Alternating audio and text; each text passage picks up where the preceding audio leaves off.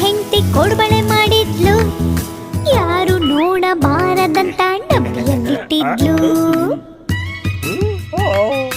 ಒಂದು ಸಾರಿ ಪೆದ್ದನ ಹೆಂಡತಿ ಕೋಡ್ಬಳೆ ಮಾಡಿದ್ಲು, ಯಾರು ನೋಡಬಾರದಂತ ಡಬ್ಬಿಯಲ್ಲಿಟ್ಟಿದ್ಲು. ಅಲ್ಲಿಂದ ಬಂದ ಪೆದ್ದ ಡಬ್ಬಿ ನೋಡಿದ, ಬಳೆ ಬಳೆ ಬಳೆ ಎಂದು ಕೈಗೆ ಹಾಕೊಂಡ.